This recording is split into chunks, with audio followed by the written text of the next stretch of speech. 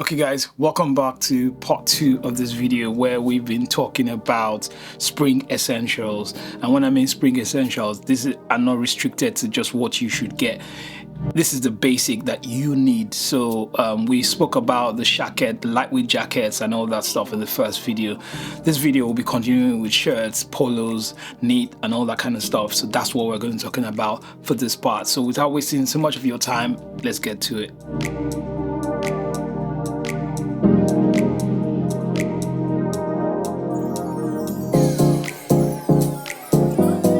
Alright, number 2 is the lightweight coat. One of the reasons why I always have to consider a lightweight coat is it doesn't mean that because we're going into spring then you don't get like rains and things like that. We still do. So you get the lightweight coat because you want to protect yourself from the elements. They also act as a style element as well. So the MAC jacket is the classic lightweight coat piece for spring, you know.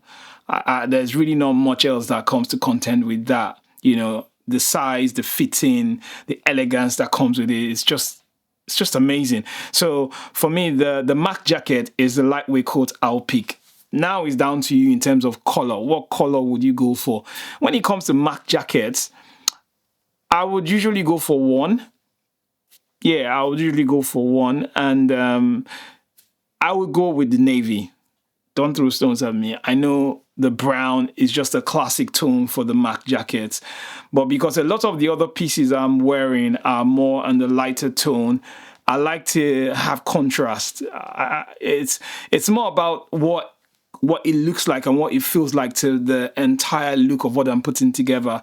So the brown is amazing. It's a classic, but I like to go with the navy just to give me a bit more contrast with my lightweight jacket, you know, and that goes over every single thing that you wear. So that's my number 2 essential for spring this season. The lightweight coat for me is the navy coat.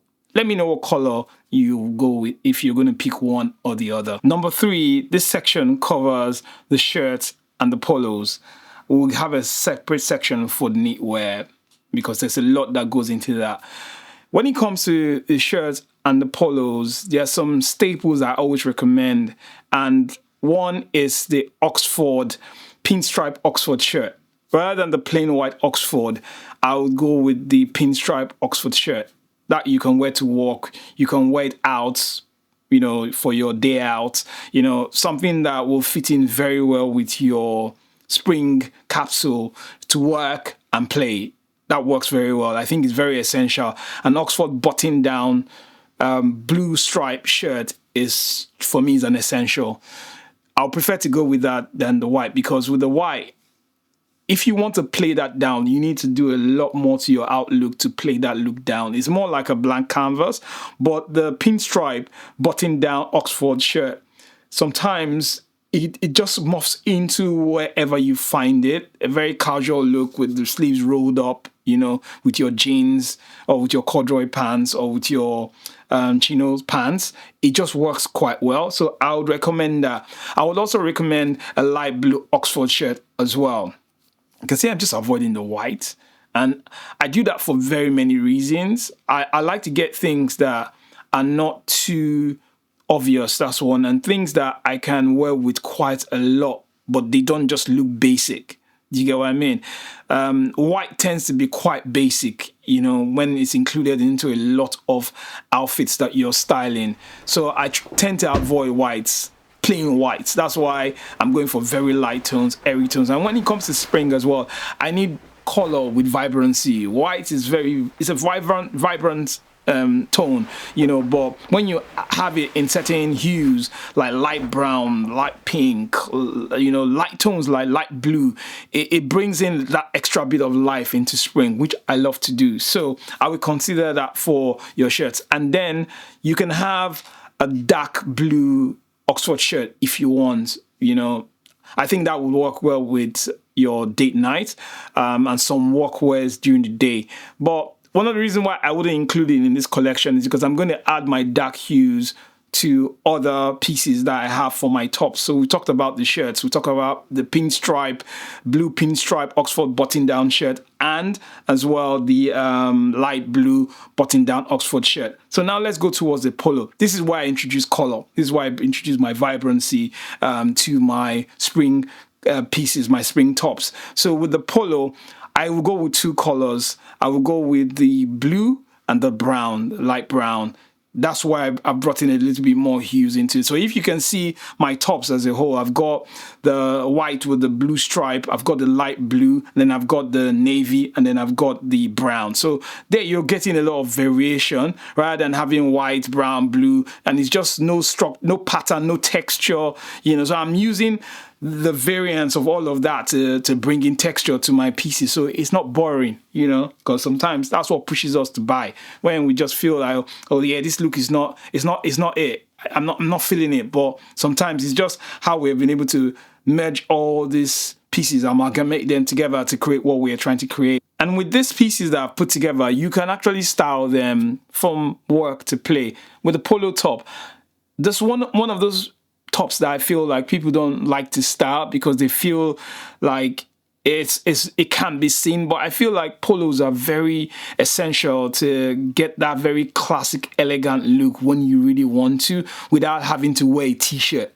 Do you get what I'm saying? Because you haven't got that stand upright collar. So it can give you, it can morph you into that very nice classy look without doing even too much. So that's why I like to introduce that. So you can wear your polo with your smart wear, you can wear your polo with your casual wear, you can wear it with your shacket, your denim. However you want to style your polos, you can do that. So with that, you've got your tops covered. Next, now let's go to number 3. Number 3, we're talking about knitwear. Knitwear is pretty much like what I'm wearing. This is a really nice classic knitwear round neck I'm wearing. So you can style with something like this.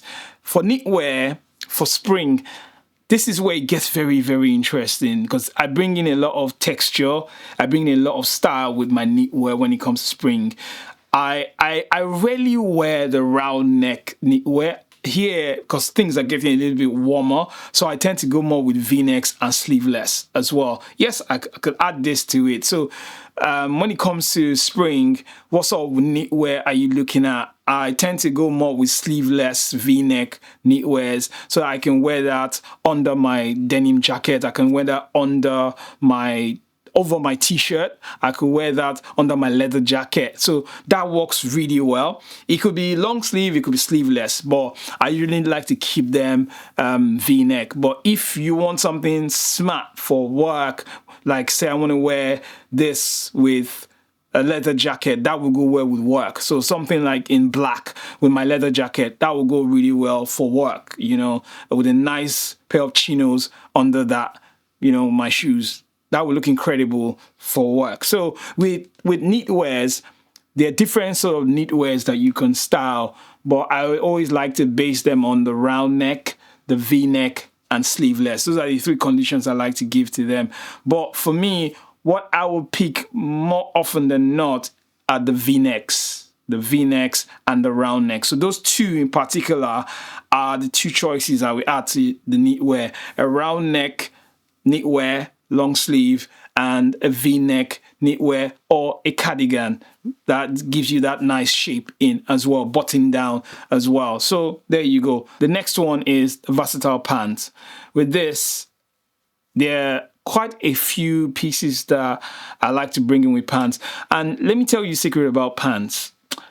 When you get the right pants, you don't need too many, because then you can wear them with quite a lot of looks. And when you get really good pants, they will last you very, very long with good care as well. And that's why it's also important, obviously, that you have just a few so that you don't outwear one and then you kill it before it's meant to last you. God knows how many years it's meant to last you. But a good set of pants, well made, should last you quite a long time. But when it comes to a good set of pants, I like to look at a few here. I like to look at the corduroy, less of that, you know, less of the corduroy. I like to look at the chinos, the denim, and just the wide leg pants that are very comfortable. So I've got 4 different ones: the corduroy, the chinos, the denim pants, and the wide leg pants that are very, very comfortable. So with those four, you know, you've got a really nice selection and range of pants